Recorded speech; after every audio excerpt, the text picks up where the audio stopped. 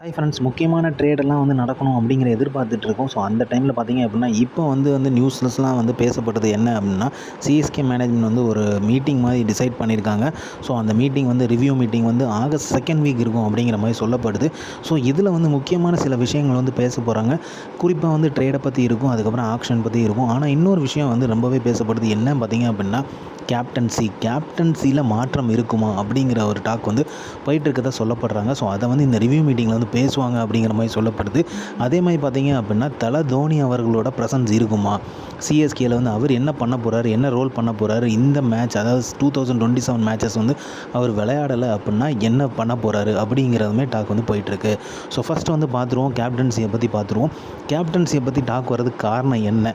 ருத்ராஜ் கேக்வாட் அவர்களால் pressure handle பண்ண முடியலையா, இல்லை அந்த ப்ரெஷர் இருக்கனால அவரால் பேட் சரியாக பண்ண முடியலையா அப்படிங்கிற கேள்வி எழுப்பப்படுது. ஸோ இதற்கு மாற்றாக யாரை கேப்டனாக கொண்டு வருவாங்க அப்படிங்கிற கேள்வியுமே எழுப்பப்படுது. ஸோ ருத்ராஜ் அதனால் சரியாக பெர்ஃபார்மன்ஸ் பண்ணலாம், இல்லை அப்படின்னா அவருக்கு அந்த ப்ரெஷர் இல்லை அப்படின்னா கண்டிப்பாக சூப்பராக விளையாடுவார் அப்படிங்கிறது சொல்ல முடியுமா, இல்லை அவர் அவுட் ஆஃப் ஃபார்மில் இருக்காரா அப்படிங்கிறதுமே கேள்விகள் எழுப்பப்படுது. ஸோ அதனால் கேப்டன்சியில் சேஞ்சஸ் பண்ணணுமா அப்படிங்கிறதுமே திங்க் பண்ணுவாங்க அப்படிங்கிற மாதிரி சொல்லப்படுது. ஸோ நியூ ஹெட் கோச் வந்தாங்க அப்படின்னா இதில் ஏதாவது மாற்றம் இருக்குமா அப்படிங்கிறதுமே எதிர்பார்க்கப்படுது. ஸோ இவ்வளோ கேள்விகள் அந்த கேப்டன்சியை சுற்றி இருக்குது. இதை தாண்டி மாற்றுவாங்களா, 2027 நியூ கேப்டன் வர்றதுக்கு சான்சஸ் இருக்குதா? இந்த டாக் வர்ற காரணம் என்ன அப்படின்னா, ருத்ராஜோட பெர்ஃபார்மன்ஸ் சரியில்லை. 2026 நல்லா விளையாடல. சிஎஸ்கேன்ஸ் பொழந்து கட்ட தான் செஞ்சாங்க. ஏன்னா அவ்வளோ தடுமாற்றங்கள் அவர் கொடுத்தாரு. அதிரடியாக ஆரம்பித்த மாதிரி இருந்துச்சு, ஆனால் டக்குன்னு விக்கெட்டை விட்டார். இல்லைனா அதிரடியாகவே விளையாடாமலே நின்று விளாண்டார். ஸோ இது ரெண்டுமே அவர் பண்ணதுனால சிஎஸ்கேன்ஸே கொந்தளிக்க ஆரம்பித்தாங்க. ஏன் ருத்ராஜ் இப்படி விளாட்றாரு அப்படின்னு. எவ்வளவோ சப்போர்ட்டுகள் இருக்குது. இப்போவுமே எனக்கு பர்சனலாக சொல்லணும் அப்படின்னா ருத்ராஜ் கேப்டனாக இருக்குன்னு தான் சொல்லுவேன். அதில் எந்த டவுட்டுமே கிடையாது. ஏன்னா அவர் ஹைலி டேலண்டட். கண்டிப்பாக அவர் போராடக்கூடிய ஒரு பேட்ஸ்மேன் தான். ஏன்னா இவ்வளோ தூரம் எவ்வளோ பெர்ஃபார்மன்ஸ் பண்ணியிருக்காருன்னு சொல்லி நம்ம இன்டர்நேஷ்னல் கிரிக்கெட்லேயே பார்த்துருக்கோம். ஆனாலுமே அவருக்கு சரியான வாய்ப்புகள் கிடைக்கல அப்படிங்கிறதான் உண்மையும் கூட. பட் ஆனால் அந்த வாய்ப்பெல்லாம் அவர் எதிர்பார்க்காம உருவாக்கிட்டு இருக்காரு. ஆப்பர்ச்சுனிட்டிஸ் கிடைக்கிற இடத்துலலாம் அவர் பெர்ஃபார்ம் பண்ண ட்ரை பண்ணிட்டு தான் இருக்கார். நல்லாவே பண்ணிட்டு தான் இருக்கார். அதில் எந்தவித டவுட்டுமே கிடையாது. பட் ஆனால் இந்த மேட்ச், ஐபிஎல் மேட்ச் என்ன பண்ணாங்க 2026 அப்படிங்கிறத தான் கன்சிடர் பண்ணுவாங்க. 2025 என்ன பண்ணாங்க அப்படிங்கிறதையும் தான் கன்சிடர் பண்ணுவாங்க. ஸோ இது 2 வருஷமே நம்ம சரியாக பண்ணல அப்படிங்கிறது தான் யதார்த்தமான உண்மையும் கூட. அதை கணக்கில் கொண்டு கேப்டன்சி சேஞ்சஸ் நடக்குமா, ஸோ இல்லை பிளேயர்ஸில் கேப்டன்சி எந்த சேஞ்சுமே இல்லாமல் கண்டினியூ பண்ண போகிறாங்களா? இன்னொரு முக்கியமான காரணம் என்ன பார்த்தீங்க அப்படின்னா, ஒரு பெஸ்ட் ஆல்ரவுண்டர் எடுக்க போகிறாங்க. ஹார்திக் பாண்டியாவை உள்ளே கொண்டு வர போகிறாங்க. அப்படிங்கும்போது அவர் ஏற்கனவே கேப்டன்சி நல்லா பண்ணியிருக்காரு. குஜராத் டைட்டன்ஸுக்கு கப்பு வாங்கியிருக்காரு. அதனால தான் மும்பை இந்தியன்ஸ் அவரை உள்ளே கொண்டு வந்தாங்க. அவர் கொண்டு வந்தது பார்த்திங்கன்னா ரோஹித் சர்மாவே பேக் பண்ணாங்க. ஸோ இதெல்லாம் நடந்தது போது இருந்தாலுமே மும்பை இந்தியன்ஸில் அவளாரையும் பெர்ஃபார்ம் பண்ண முடியல. ஸோ அதனால் கேப்டன்சி சேஞ்சஸ் பண்ண முடியுமா அப்படிங்கிறதுமே, ரீப்ளேஸ்மெண்ட் பண்ணால் நல்லா இருக்குமா அப்படிங்கிறதுமே கண்டிப்பாக யோசிப்பாங்க. ஸோ அதையும் தாண்டி பார்க்கும்போது இன்னொரு பக்கம் பார்த்தீங்க அப்படின்னா சஞ்சு சாம்சன் இருக்கார் ஆப்ஷனாக. ஸோ சஞ்சு சாம்சன் கேப்டனாக போடும் அப்படிங்கிற மாதிரி சொல்கிறாங்க. ராஜஸ்தானில் அவர் கேப்டனாக தான் இருந்தாலுமே பார்த்தீங்க அப்படின்னா ராஜஸ்தான்லேருந்து அவர் சிஎஸ்கேக்கு வரணும் தான் விருப்பப்பட்டார். அவர் கேப்டன்சிக்கு விருப்பப்படல. அதுவும் முக்கியமாக பார்த்தீங்க அப்படின்னா ருத்ராஜ் கேக்வாட் அவரோட ரொம்ப க்ளோஸ் ஃப்ரெண்டும் கூட. ஸோ அதனால் கேப்டன்சி எதிர்பார்ப்பாரா அப்படிங்கிறது கேட்டிங்கன்னா இருக்கவே இருக்காது. வாய்ப்புகள் ரொம்ப கம்மி தான் நான் நினைக்கிறேன். அதனால தான் அவர் 2026 கூட அந்த கேப்டன்சியை கேட்கவே இல்லை. அவர் விளையாட தான் செஞ்சார். அது பார்க்கத்தக்கன நல்லாவே அவரோட பெர்ஃபார்மன்ஸை காமிச்சார். அண்டர்லாம் போட்டார். ஆனாலும் இருந்தாலுமே அந்த ஓப்பனர்ஸ்குள்ளே ஒரு காம்பினேஷன் ஒர்க் அவுட் ஆகாம மாதிரியே இருந்துச்சு. அந்த ஒரு அதிரடி ஆட்டம், பார்ட்னர்ஷிப் எதுவுமே பில்ட் ஆகாம மாதிரி இருந்துச்சு. ஸோ அதனால் சஞ்சு கேப்டனாக போடுவாங்களா அப்படிங்கிறதுமே ஒரு டிஸ்கஷனில் இருந்துட்டு தான் இருக்குது. ஸோ இந்த கேப்டன்சியை ரிவால்வ் பண்ணிகிட்டு இருக்க காரணம் பார்த்திங்க அப்படின்னா, ஒரு கப் அடிக்கணும் அப்படிங்கிறது மட்டும் முக்கியம் இல்லாமல் சென்னை சூப்பர் கிங்ஸோட லெகசி மெயின்டைன் பண்ணணும். ஸோ கண்டிப்பாக பிளே ஆஃப்குள்ளே நம்ம போயிட்டே இருப்போம்.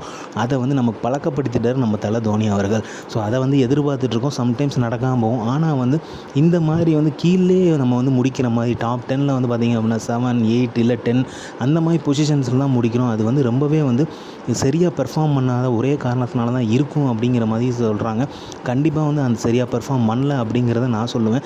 ஏன்னா கன்சிஸ்டன்சி நம்ம எங்கேயோ இழந்திருக்கோம் அப்படிங்கிறது தான் உண்மை.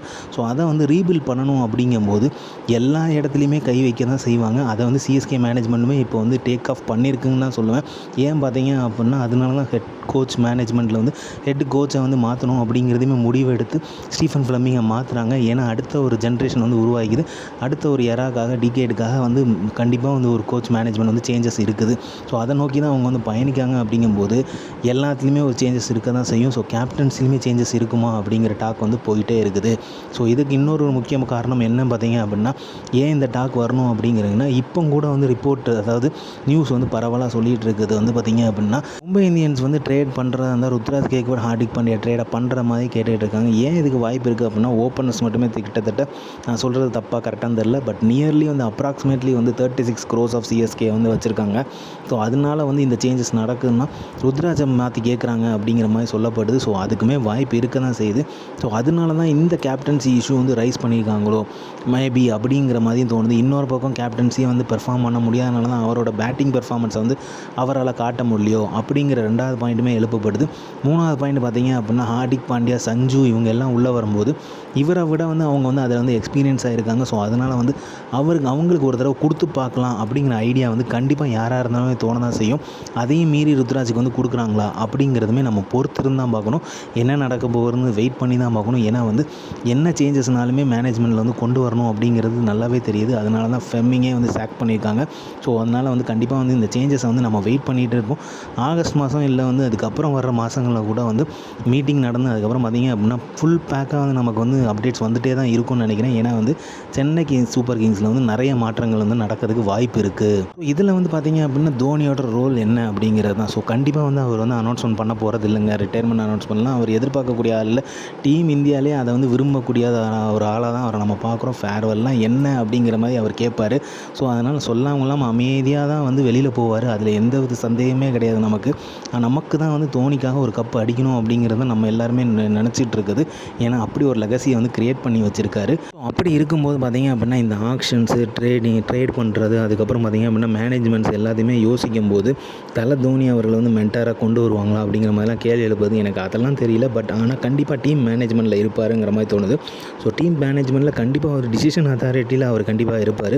ஸோ அதன்படி பார்க்கும்போது முடிவுகள் எடுக்கிறதுல அவரும் ஒருத்தராக இருந்தால் தான் சிஎஸ்கே வந்து செம்மையாக இருக்குங்கிறதுல எந்த வித டவுட்டுமே இல்லை. ஏன்னா இவ்வளோ வருஷங்கள் வந்து அவர் வந்து அதை கொண்டு வந்திருக்காரு. ஸோ அதை தான் வந்து பண்ணிட்டும் இருந்திருக்காரு. ஸோ அதனால் வந்து கண்டினியூ பண்ணுவார். அதை கண்டிப்பாக டீமுக்குள்ளே இல்லாட்டினாலுமே வந்து அவரும் கண்டினியூ பண்ணுவார் அப்படிங்கிற எதிர்பார்ப்பு வந்து எனக்கு ரொம்பவே இருக்குது. ஸோ கண்டிப்பாக அது வந்து நடந்தால் நல்லா தான் இருக்கும். பட் ஆனால் எல்லோரும் சொல்கிறது என்னென்னா அவர் வந்து சிஎஸ்கேலேருந்து அப்படி விலகிடுவார், டீம் மேனேஜ்மெண்ட்குள்ளேயுமே வரமாட்டாங்க அப்படிங்கிற மாதிரி டாக் இருக்குது. ஸோ அது வந்து அவர் பண்ணுவாரா அப்படிங்கிறத யோசிச்சு தான் பண்ணணும். ஏன்னா எவ்வளோ தூரம் பில்டப் பண்ணி கொண்டு வந்திருக்கனால அப்படியே விட்டுட்டு போக மாட்டார். அதுக்கேற்ற மாதிரி அதுக்கு தக்கன ரீப்ளேஸ்மெண்ட்டுமே கொண்டு வருவார். வந்துட்டு தான் அவர் வந்து அந்த மாதிரி போவாரே தவிர மித்தபடி அதை வந்து அப்படியே விட்டுட்டு போகக்கூடிய ஆள் தோனி கிடையாதுங்கிறத நான் முழுசாக நம்புகிறேன். ஸோ இதனால் வந்து பார்க்கும்போது அவர் வந்து என்ன முடிவு எடுக்க போகிறார் மேனேஜ்மெண்ட்ஸ் வந்து அதாவது கண்டிப்பாக ஹெட் கோச் யாருங்கிறதுல அவர் கண்டிப்பாக எடுப்பார். இந்த கேப்டன்சி இஷ்யூ ரைஸ் ஆச்சாலுமே எடுப்பார். ஏன்னா ஹார்திக் பாண்டியா வந்து உள்ளே கொண்டு வரதில் வந்து அவருமே ஒரு முக்கிய பங்காற்றுறாரு. ஸோ இதை வந்து எப்படி ட்ரேட் பண்ண போகிறாங்க என்ன மாதிரி நடக்க போகுது அப்படிங்கிறதுமே கண்டிப்பாக அவர் இருப்பார் இந்த 2027ங்கிறதுல எந்த ஒரு சந்தேகமே கிடையாது. பட் ஆகஸ்ட் 15 வரைக்கும் வெயிட் பண்ணி பார்ப்போம். எந்த ஒரு அனௌன்ஸ்மெண்ட்டும் வரல அப்படின்னா முழுசாக வந்து அந்த சிஎஸ்கேக்கு வந்து 2027 சப்போர்ட் அவருடைய சப்போர்ட் கண்டிப்பாக இருக்குங்கிறத முழுசாகவே நம்புகிறோம். அவர் வந்து எந்த அளவுக்கு வந்து அது வந்து டீமை வந்து பில்டப் பண்ண போகிறாங்க அப்படிங்கிறதுமே வெயிட் பண்ணி பார்ப்போம். ஏன்னா வந்து நிறைய டாக்ஸ் வந்து போயிட்டு தான் இருக்குது. ஹார்திக்கை உள்ளே கொண்டு வரதில் வந்து அவருமே முக்கிய பங்கு வச்சுருக்காரு. ஸோ அதே மாதிரி ருத்ராஜ் கேப்டன்சியும் வந்து லூஸ் பண்ண விட மாட்டார்னு நினைக்கிறேன். ஏன்னா வந்து அவர் வந்து ஹேண்டில் பண்ண விதம் நல்லா தான் இருந்துச்சு. ஆனால் வந்து நம்ம டீமால் ஜெயிக்க முடியலங்கிறது தான் யதார்த்தமான முன்னே. இந்த இயர் பார்த்திங்க அப்படின்னா எல்லா மேட்சஸுமே கொஞ்சம் கிட்ட வந்து தான் நம்ம இழந்திருப்போம். ஸோ அது வந்து ஒரு நல்ல இம்ப்ரூவ்மெண்ட் தான்.